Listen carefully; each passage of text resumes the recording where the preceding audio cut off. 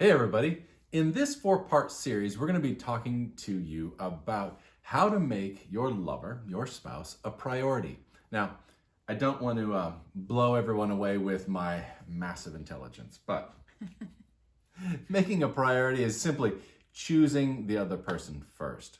But we are going to walk you through the 4 intimacies. So, choosing each other verbally, emotionally, physically, and spiritually. And today, we're talking about how to make your spouse, your lover, a priority verbally.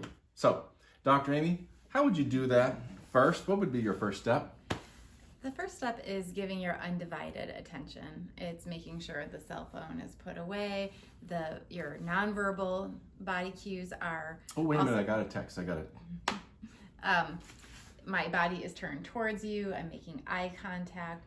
Now, it's hard when we have kids. Sometimes we have to make sure that we're either getting up early or staying up later, after the kids go to bed.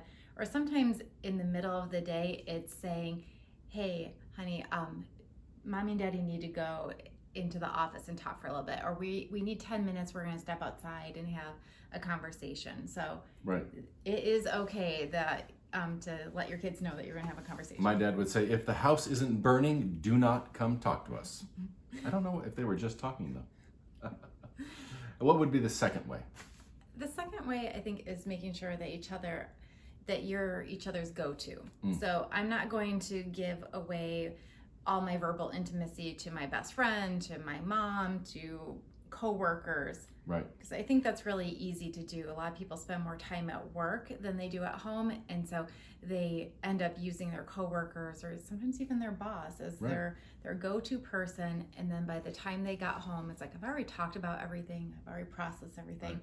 and then my coworkers know me better than my spouse. If you've got a golf buddy, you are golfing 4 hours side by side in that cart, and you are sharing, well, a lot. And so you need to be careful that your buddy is not your go-to person for everything. That I just love the fact that I can count on Amy to not share everything with everybody, that I'm really her go-to person and she's my go-to.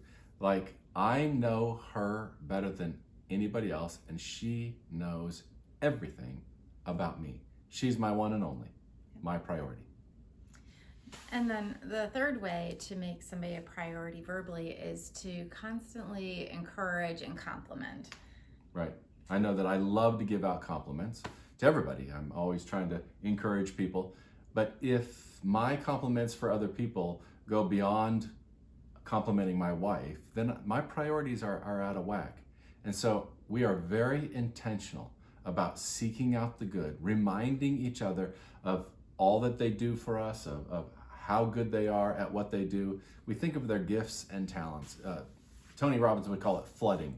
So sometimes in the morning, I'll just wrap my arms around my beautiful bride, and I will just remind her of how lovely she is, of how talented she is. And I'll just gush over her. Sometimes at night, she'll do the same thing to me. And as long as we are flooding each other, as long as we are encouraging each other, we're making each other a priority. So those are really kind of the 3 primary... Oh, one more. We got one more. And this is really important, is each time you know somebody's really opening up and being vulnerable with you, is to say, thank you for sharing your heart with me. Thank you for trusting me with that.